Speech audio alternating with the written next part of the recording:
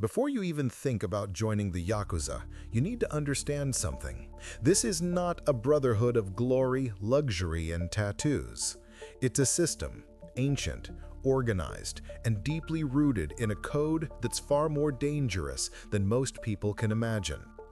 The Yakuza are not simply gangsters. They are descendants of centuries-old syndicates, born from gamblers, merchants, and warriors who lived outside Japan's rigid feudal order. They created their own laws, their own justice, and their own world, one that still exists in the shadows of modern Japan. So what does a typical day look like for a Yakuza member? It starts early. Before the sun rises, loyalty is already being tested. You're expected to wake before your superiors, to prepare tea, to clean the office, and to greet your boss, your oyabun, with absolute respect. The ritual is called aisatsu, and it's not just manners. It's a reminder that your life no longer belongs to you. You live by oyabun kobun, the father-son hierarchy. Your boss is your father, your mentor, your god. You obey without question. If you fail him, you must atone, sometimes with words, sometimes with blood. Morning meetings are strict and precise. Members report financial activities, operations, and updates on rival groups. Everything runs like a business, except the product isn't always legal. Drugs, gambling, extortion, construction contracts, every yen is accounted for.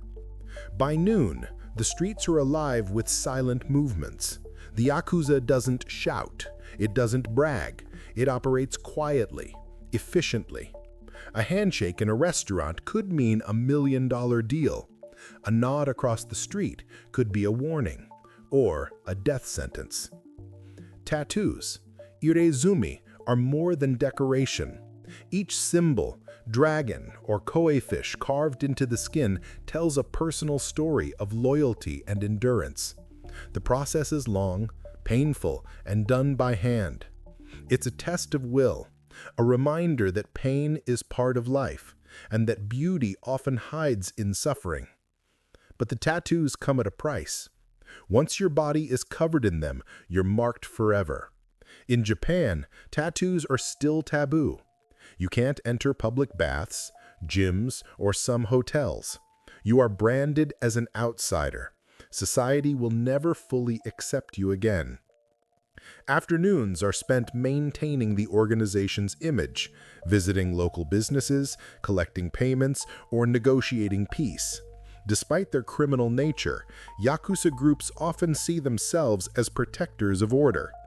When natural disasters strike, they are sometimes the first to deliver aid.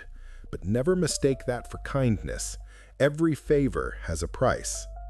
In the evening, meetings move to bars and restaurants. Cigarette smoke fills the air as whiskey flows. Younger members serve drinks and remain silent unless spoken to.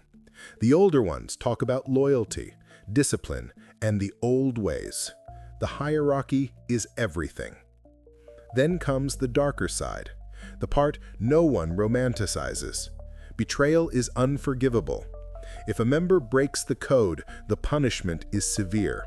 The ritual of yubitsume, cutting off one's finger, is both an apology and a symbol of submission.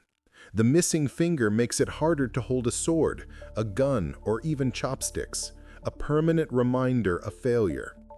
At midnight, when the city sleeps, the real work often begins. Deals are made, debts are collected, and messages are sent. Every action has weight. Every move is calculated.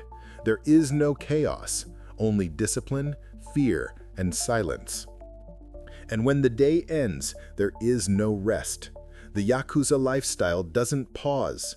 You're always being watched. Your loyalty is always on trial.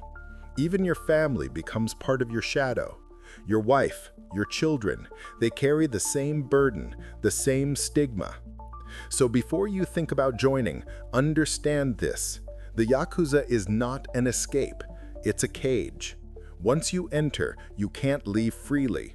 Retired members often live isolated lives, rejected by both their old brothers and the society they once tried to rule.